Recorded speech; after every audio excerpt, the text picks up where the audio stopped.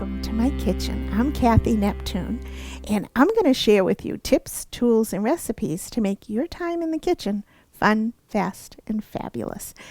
And I've been missing my Mexican food, so tonight we're going to celebrate Mexican food. And I'm going to do a little riff or twist on some favorite recipes that you're going to recognize, but presented in a different format. I think you're going to really like them. They're easy. They're tasty, they're reasonable price too, and a lot of these things you might have on hand are easily accessible.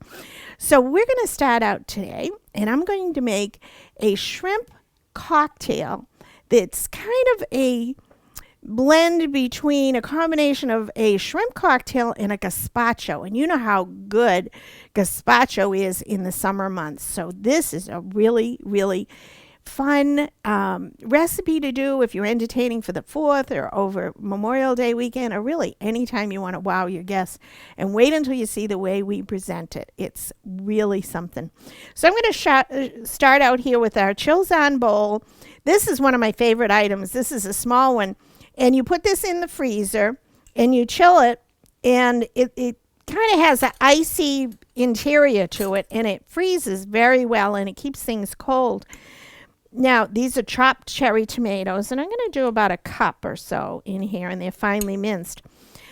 But I was going to say, if you don't have a Chills-On like a platter like this, or a Chills-On bowl, you can always take a brand new shower cap, fill it with ice, and stick your bowl inside the shower cap. And believe it or not, put that in your refrigerator, and it hugs your bowl so that it chills your bowl and your gazpacho or your shrimp cocktail. So I have probably 3/4 of a cup of freshly cut tomatoes, and we're going to adjust this as we go. And these are, look at these beautiful shrimp that I chopped up. And I'm going to tell you a little trick. I love the small size shrimp, and let me tell you why. Because they're sweet, they're tender, and the trick to making shrimp this size that doesn't overcook, you heat up your skillet with a little oil and a little butter, about half a teaspoon of each, and you cook it on one side in a skillet. You turn these over one at a time, go around the pan and turn each one over, and you turn off your skillet, and the other side with the residual heat from your skillet will cook them so they're perfectly done. Because these can be very, very rubbery if you're not careful with them. So that's my trick. And I even added some seasoning. I had all these seasonings. You know me and my seasonings. I had a taco mix. I had chili and lime spice blend. Oops.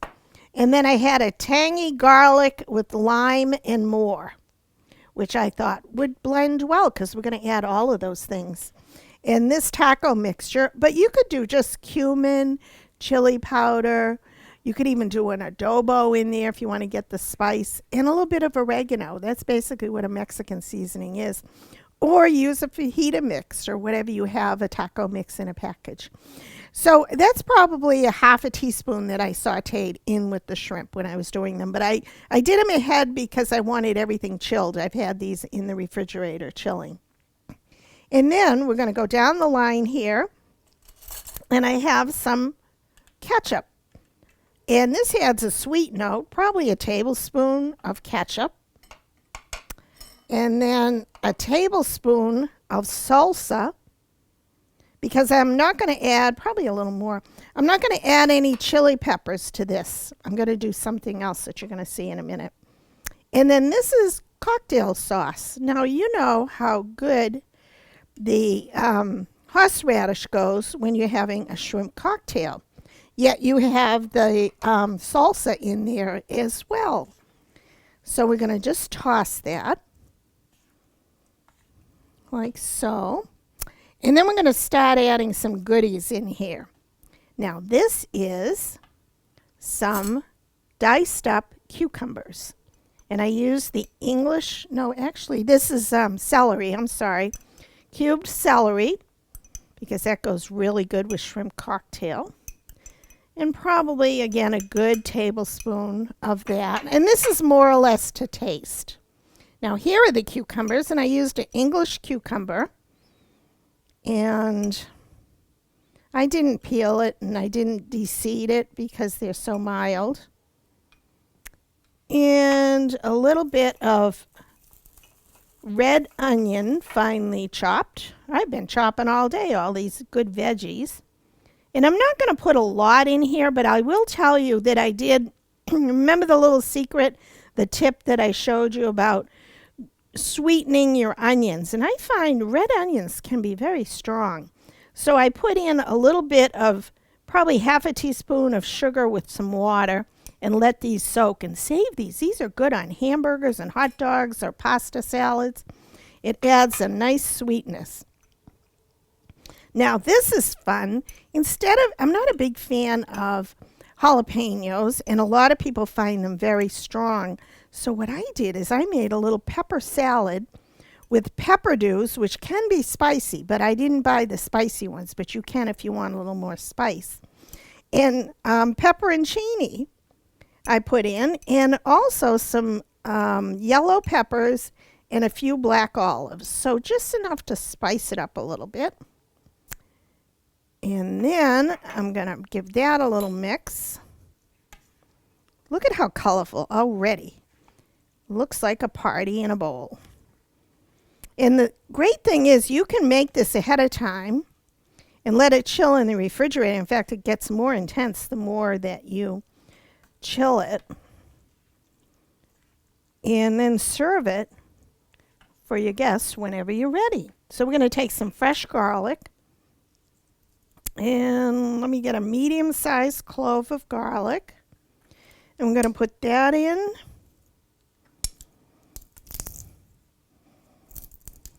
And you see all the flavors that are going to come out in this. Whoa, that's a tough clove. Okay. I'm going to peel that.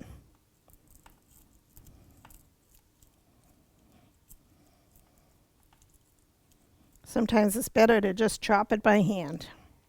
There you go. That skin is tough. There we go. And mix that in. And then I like a little dash of Worcestershire because it gives it a little depth. Not a lot because it's salty. Just a few little drops of Worcestershire. It's like an umami that helps the flavors. And then, finally, some fresh lime juice because it's Mexican and it's going to add a lot of flavor. Don't forget, if you have a citrus press like this, you always put it cut side down. I'm going to squeeze a little bit of lime juice. And boy, you serve this. Wait until you see the way we're going to serve this. And taste it and see if you need a little more Mexican seasoning in it. Because we did cook the shrimp with Mexican flavors. So let's give it a taste. That is killer. That is good. So I'm going to pop this in the refrigerator. When we come back, we're going to do our second recipe. You're going to love it. We'll be right back. Hi, welcome back. We have our Mexican shrimp cocktail chilling in the refrigerator. And I would do that ahead of time. You always need recipes in the summer that you can do ahead and chill and bring out ice cold. I think that's really fun to do. Now, I have my oven preheating at 400 degrees, and we're going to do a chicken enchilada, but in a different way that you might think. We're going to do it instead of rolling and folding and saucing and all that. We're going to do that, but we're going to do it in a fun, fast way. I have here in my little pot, I have homemade enchilada sauce. Now, you can buy enchilada sauce in a can if you'd like, but I've included the recipe along with all these other recipes here on the site, so you can just refer to them. But this is so easy to do, and it's a lot of ingredients you might already have on hand. So this enchilada sauce, I'm just putting a little on the bottom here of our cast iron skillet. And it's just basically, the enchilada sauce is just basically making a roux, which is flour and butter, and a little tomato paste, some spices, a little bit of chopped onion and garlic, and then you add a chicken stock and thicken it. And you could put chili peppers in it if you want, or just chili powder, and you're good to go. So I'm getting some corn tortillas, and you can use flour tortillas too if you'd like, and I'm just spreading this with some refried beans. And I warm these just so they wouldn't be ice cold when they go into the oven. So just approximately that much. You know, go eyeball it, whatever you think looks good. And then I think I'm going to do some green onions. And these are more on the part that's white. So they're a little bit more sturdy, if you will, instead of the lighter green portions. So I use the bottom ends of the green onions and chop those fairly finely. And one of my favorites, rotisserie chicken. And I have shredded about, I don't know, just eyeball it, whatever you think you're going to need. And I took the bones from this rotisserie chicken, and that's what I did with my chicken stock, and added it in to the enchilada sauce, the chicken stock. And then this is a blend of cojita cheese that we're going to just put over the top. And you can see how easy. Get the kids involved in doing this too. They would love doing this because it's all about just assembly. And then another corn tortilla on the top. I love these corn tortillas. These are very pliable and they're nice and soft when you pour the sauce over it. I'll do that. And then some more refried beans.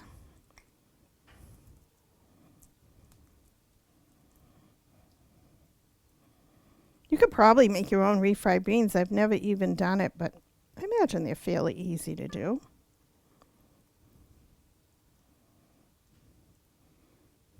And then some onions.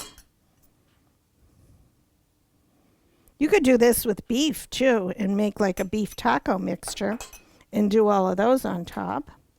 And a little more chicken. How many layers do you think we can get in here? Quite a few. But a Mexican taco seasoning on your ground beef would be very good. And I would still do like an enchilada sauce or whatever you'd like.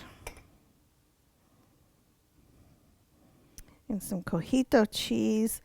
You could do queso fresco. You could do any kind of cheese, Monterey Jack, whatever you'd like. And you know what I'm going to do? I'm going to put some more sauce to keep the chicken moist. I think that'll work good. And then on this, I think I'll do some beans. This might be easier to do. Like so. We learn as we go. Put that on top. Boy, it's getting tall.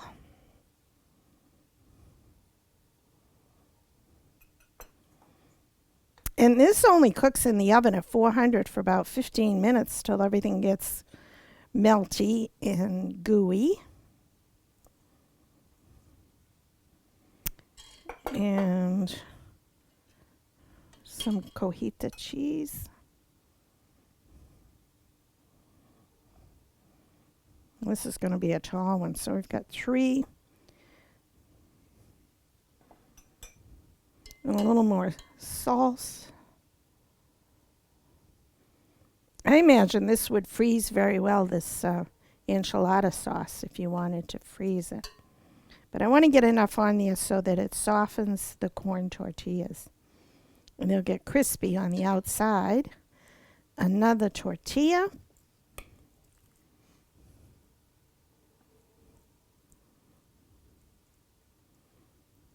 I bet you could do this with ground turkey too, it'd be good.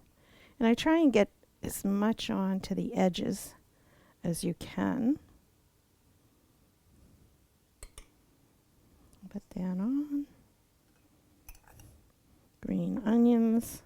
So you get the idea. And then some chicken. I love rotisserie chicken. It's such a great value. And you always have leftover chicken. That. A little bit of cheese. You think we can do one more? I think so.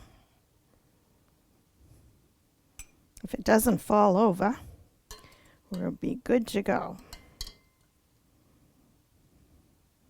Again, trying to get it right to the edges so it drips down.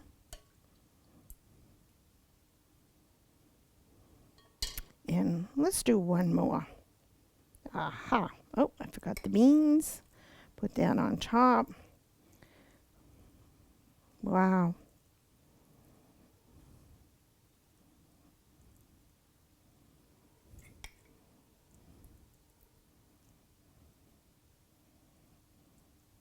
I think that looks pretty good.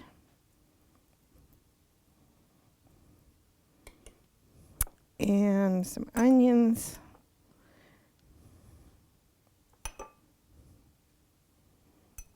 A little more chicken, and then we're going to top it all off with one last tortilla and some cheese and a little bit of sauce. You think that's tall enough? I think so.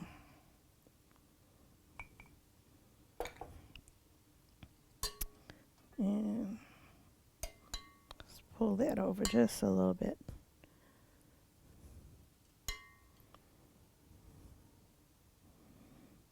One more, and then a little sauce.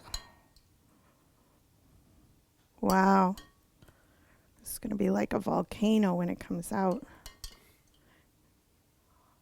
Yeah, I think it's enough sauce and cheese and chicken. What's not to like? Some onions. Yum. And then you can top this. We're going to have some beautifully ripe avocados and salsa and sour cream. That is going to be a masterpiece. That is our chicken enchilada stack. Much easier than having to roll and fold and sauce and try and fit in a pan. And this makes a beautiful presentation too. So I'm going to pop this in the oven, put the timer on for 15 minutes at 400 degrees.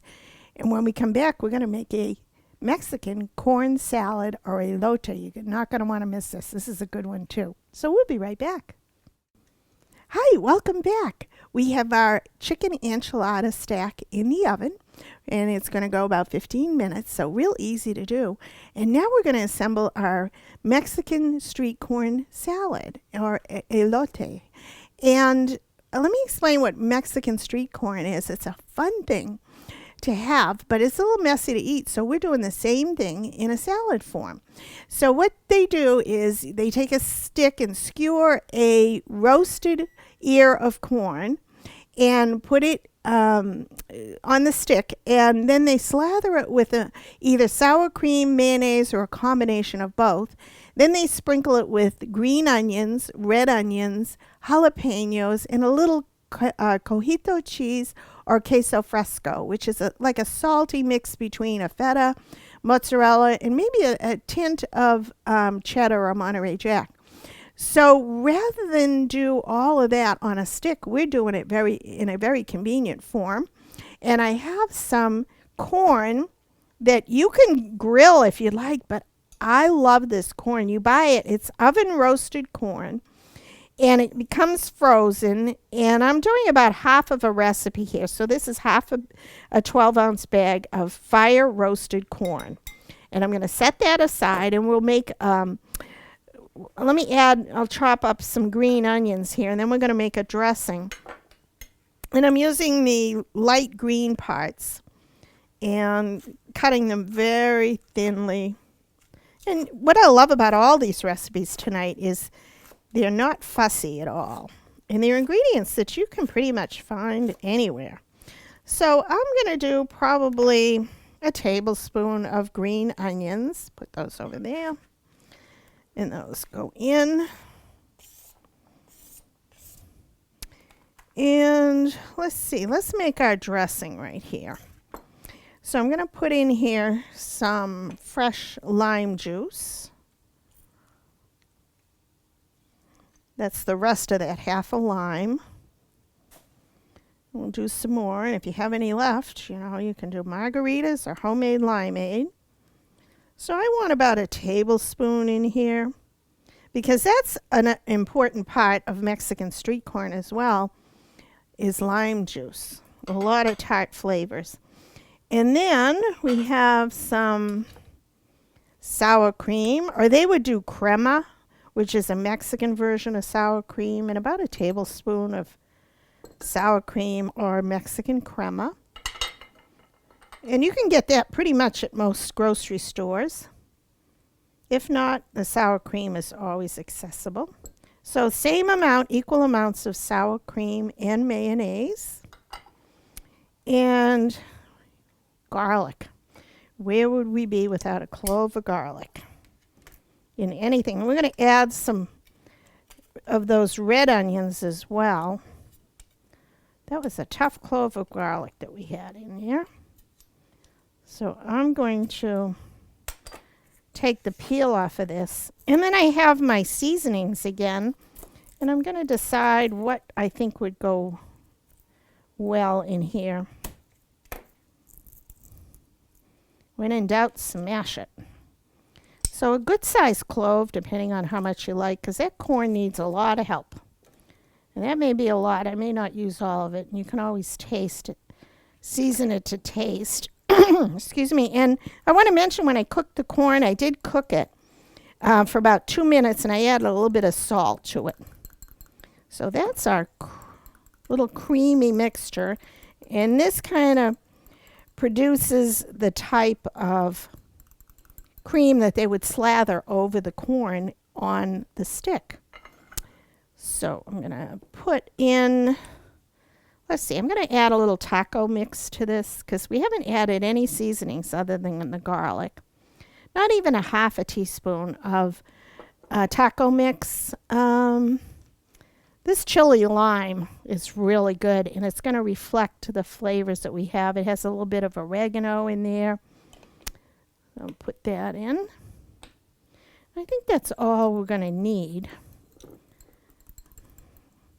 Oh, it smells so good. That is nice. I think I'm going to put a little more of this taco seasoning in there.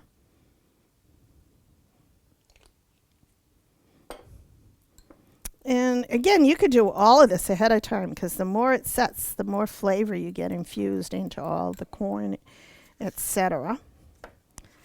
And then we're going to add, clear the board here, a little bit of red onion, not a lot. These are the ones that we've sweetened up. And I would do a teaspoon of the red onion in there. And it certainly is a nice color to have. So that's that. And then this is something different, Parmesan cheese, because it's a little saltier. So a good, healthy tablespoon of Parmesan cheese, and then again our cojito cheese. And I like the saltiness of this. I probably do 1.5 tablespoons because I love the cojito cheese. I'll put that in like so.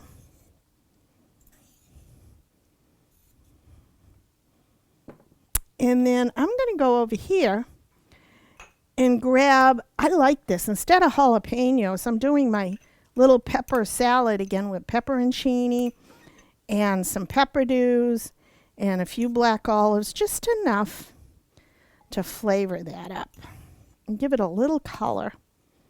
And now we're going to toss in our dressing. That is going to be so good.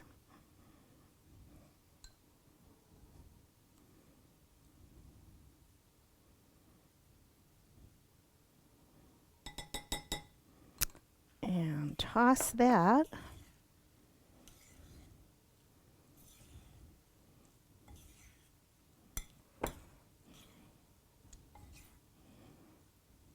And I'm going to add at the last minute And remember, we have the lime juice in here. I'm going to add in some avocado, fresh avocado.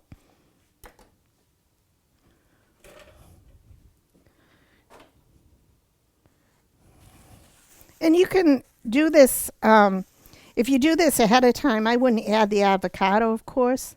I would do that as a topping or a garnish at the end, but let's add it in here. I think that would be good. And that's how you get it off safely. You tap it on the side and then cut little cubes.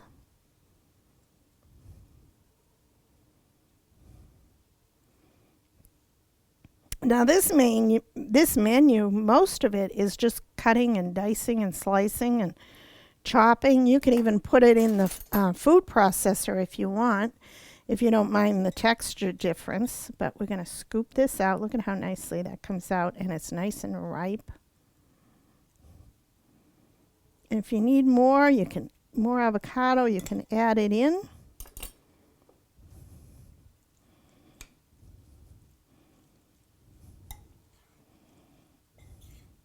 That is going to be good. And I will leave some on the side. I'm going to chop up another avocado that we can use for garnishing on all of these dishes. And I'm going to plate this up. And our tortilla stack should be ready, our enchilada chicken stack. And I'm going to plate all this up. We'll be right back. Hi, welcome back. Look at our fiesta feast. This is amazing. Look at our chicken enchilada stack. This was so easy. It takes 15 to 20 minutes in the oven, 400 degrees. This is a meal. And let me tell you, the leftovers are just as good. It reheats beautifully. So I hope you try this recipe and make your own enchilada sauce. All of these recipes are included that I've posted for you. And easy to do. And freeze the leftover enchilada sauce. You're going to want to make this multiple times. Look at our beautiful Mexican shrimp cocktail. A cross between the best of the best with our wonderfully tender small shrimp and peppers and onions and everything that's good. A little garnish on the top of celery leaves. And I eat this with tortilla chips. It's great.